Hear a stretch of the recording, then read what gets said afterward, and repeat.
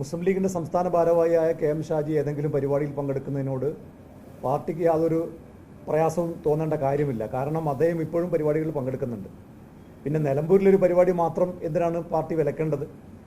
Party തീരുമാനിക്കാത്ത ഒരു പരിപാടിയെ സംബന്ധിച്ച് നേരത്തെ കാഫിർ സ്ക്രീൻഷോട്ട് ഉണ്ടാക്കിയതുപോലെ ഒരു വ്യാജ കാർഡ് ആരോ നിർമ്മിക്കുന്നു, അത് പ്രചരിപ്പിക്കുന്നു. സ്വാഭാവികമായും ആ മണ്ഡലം കമ്മിറ്റിയുടെ, നിലമ്പൂർ മണ്ഡലം കമ്മിറ്റിയുടെ പേരിലായതുകൊണ്ട് ആ കമ്മിറ്റി തന്നെ വന്ന് പറയുന്നു, ഞങ്ങൾ അങ്ങനെ ഒരു പോസ്റ്റർ ഇറക്കിയിട്ടില്ല.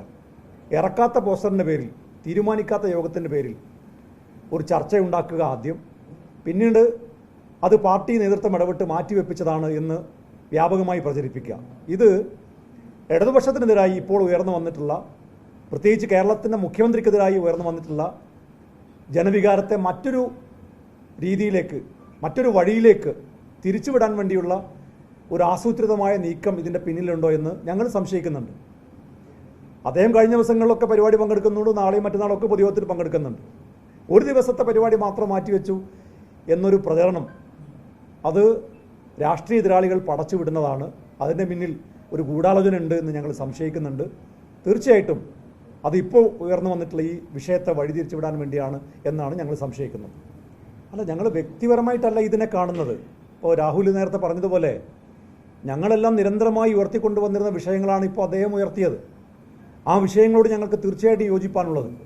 ഇപ്പോൾ മലപ്പുറം ജില്ലയെ വ്യാപകമായി കേസുകൾ പെരുപ്പിച്ച് കാണിച്ച് അപകീർത്തിപ്പെടുത്താൻ ശ്രമിക്കുന്നു എന്ന് ഞങ്ങൾ നേരത്തെ ഉന്നയിച്ചതാണ്. സ്വർണ്ണക്കടത്തിൻ്റെ മറവിൽ, സ്വർണം പിടിക്കുന്നു എന്നതിൻ്റെ മറവിൽ പോലീസ് തന്നെ ഇതിൻ്റെ പങ്കുപറ്റുന്നു എന്ന ആക്ഷേപം ഞങ്ങൾ നേരത്തെ ഉന്നയിച്ചതാണ്. കസ്റ്റഡി കൊലപാതകങ്ങൾ, താമിർ ജിഫ്രിയുടെ കസ്റ്റഡി കൊലപാതകം, SP സുജിത് ദാസ് അടക്കമുള്ളവർക്ക് പങ്കുണ്ട് എന്ന് ഞങ്ങൾ നേരത്തെ ഉന്നയിച്ചതാണ്. അതുപോലെ മയക്കുമരുന്ന് കേസുകളിലടക്കം നിരപരാധികളെ പിടികൂടുന്നു എന്ന ആക്ഷേപം ഞങ്ങൾ നേരത്തെ ഉന്നയിച്ചതാണ്. അത് അൻവർ കൂടി ഉന്നയിക്കുന്നതിൽ ഞങ്ങൾക്ക് തീർച്ചയായിട്ടും സന്തോഷമുണ്ട്. കാരണം ഭരണപക്ഷത്തുള്ള ഒരാൾ ഉന്നയിക്കുമ്പോൾ തീർച്ചയായിട്ടും ഞങ്ങൾ ഉന്നയിച്ചതിനേക്കാൾ വലിയ പ്രാധാന്യം അതിന് കിട്ടും എന്നതുകൊണ്ടും ആ വിഷയം കൂടുതൽ ചർച്ച ചെയ്യപ്പെടുന്നു എന്നതുകൊണ്ടും ആ വിഷയങ്ങളോട് ഞങ്ങൾക്ക് തീർച്ചയായിട്ടും യോജിപ്പാണ്. മറ്റുള്ള വ്യക്തിപരമായി അദ്ദേഹത്തോടുള്ള സമീപനം അദ്ദേഹത്തിൻ്റെ രാഷ്ട്രീയ തീരുമാനവുമായി ബന്ധപ്പെട്ടായിരിക്കും. അത് അദ്ദേഹമാണ് അത് സംബന്ധിച്ചുള്ള നിലപാട് വ്യക്തമാക്കേണ്ടത്. അത് വ്യക്തമാക്കിയാൽ തീർച്ചയായിട്ടും ഞങ്ങളും ഞങ്ങളുടെ നിലപാട് വ്യക്തമാക്കും.